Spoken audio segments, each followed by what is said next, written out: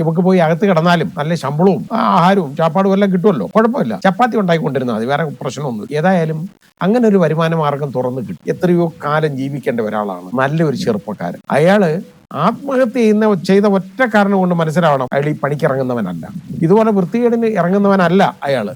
ഇയാളൊന്നും ചെയ്തിട്ടില്ല. ആ മനുഷ്യന്റെ എന്തുമാത്രം മനപ്രയാസം അയാൾക്ക് ഉണ്ടായിട്ടുണ്ടെന്ന് ആലോചിച്ച് നോക്കും. അയാളുടെ മനസ്സ് നൊന്നിട്ട് അവസാനം അയാൾക്ക് ഒരു നിവൃത്തിയില്ലാതെ അയാൾ ആത്മഹത്യ ചെയ്യാണ്. ഇതിന്റെ പാപമൊക്കെ എവിടെ കൊണ്ട് തീർക്കും? ഇതുകൊണ്ട് എന്താ പ്രയോജനം ഉണ്ടായേ? നാട്ടുകാരുടെ മുമ്പിൽ ആ പാവം മനുഷ്യനെ അപമാനിച്ചപ്പോ ഇവർക്ക് എന്ത് കിട്ടി? ഇതാണ് നമ്മൾ ചിന്തിക്കേണ്ടത്. ഇത് എല്ലാവരും മനസ്സിലാക്കേണ്ട കാര്യമാണ്. ഈ അപവാദങ്ങൾ ഒരാളെ കുറിച്ച് പറയാൻ എളുപ്പമാണ്, പക്ഷേ അയാളുടെ മനസ്സും കൂടെ കാണണ്ടേ. അയാൾ എന്ത് ചെയ്തിട്ടാണ്? അയാൾ ഒന്നും അറിഞ്ഞതല്ല, അയാളൊന്നും ചെയ്താൽ. അപ്പൊ ഇത് ഇങ്ങനെ ആളുകളെ മനപ്രയാസപ്പെടുത്തി അവരെ ആത്മഹത്യയിലേക്ക് തള്ളിവിടുമ്പോ ചിന്തിക്കണം, ഇവർ ചെയ്യുന്നത് വലിയൊരു ക്രിമിനൽ കുറ്റമാണെന്ന് ചിന്തിക്കണം. ആ മനുഷ്യനെ താങ്ങാൻ വയ്യ, എന്ത് ചെയ്യും? സമൂഹത്തിൽ അവന്റെ മുഴുവൻ വിലയിടിയല്ലേ, അവന്റെ മാനം മുഴുവൻ പോവല്ലേ. ഒരു മനുഷ്യന്റെ അന്തസ്, അതായത് റൈറ്റ് ടു ലൈഫിനെ ഹനിക്കുന്ന ഒരു ഒഫൻസ് ആണ് ഈ കാണിച്ചേക്കുന്നത്. ആർട്ടിക്കിൾ 21 എന്ന് പറയുന്ന നമ്മുടെ ഭരണഘടനയിലുള്ള റൈറ്റ് ടു ലൈഫ്, അതിനെ ഹനിക്കുന്ന ഒരു ഇടപാടാണ് ഈ സ്ത്രീ നടത്തിയേക്കുന്നത്. അവരുടെ അന്തസ് കെടുത്തുന്ന കാര്യമാണ്. അവന് സമൂഹത്തിൽ ഇറങ്ങി നടക്കേണ്ടവനാണ്. അത് നടക്കാൻ പറ്റാതെ വരുമ്പോൾ എന്ത് ചെയ്യും? ഇപ്പൊ അൾട്ടിമേറ്റ്ലി അവന്റെ കുടുംബത്തിനല്ലേ നഷ്ടം വന്നേക്കുന്നത്. ഇത് ഈ സ്ത്രീക്ക് ഇതും ചെയ്തിട്ട്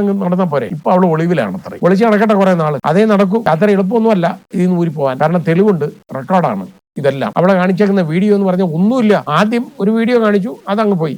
അപ്പൊ അത് ആള് ഏക്കുന്നില്ലെന്ന് കണ്ടപ്പോ എന്താണെന്നറിയോ, അത് വളരെ അങ്ങോട്ട് സ്ലോ ആക്കിയിട്ട് ഏതാണ്ട് അവൻ ചെയ്തെന്ന്. അവന്റെ കയ്യെങ്ങാണ്ട് ആ സ്ത്രീയുടെ ദേഹത്ത്. ഇവളങ്ങനെ നീ ബസ് കയറാൻ പോരുത്.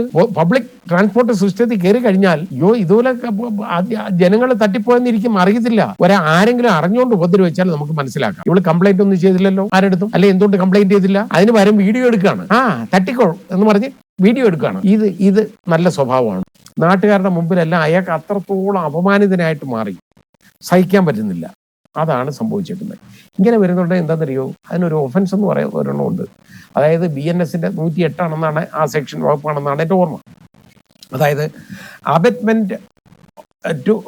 Abutment of suicide, abetment to commit suicide. ഇതാണ്, അതായത് ആത്മഹത്യക്ക് പ്രേരിപ്പിക്കുക. അതാണ് ഒഫൻസ്. വളരെ വലിയ ഒഫൻസാണ് അത്. അത്ര എളുപ്പമൊന്നും അതിൽ നിന്ന് ഊരിപ്പോകാനൊന്നും പറ്റുകയില്ല. കാരണം ഇത് റെക്കോർഡാണ്.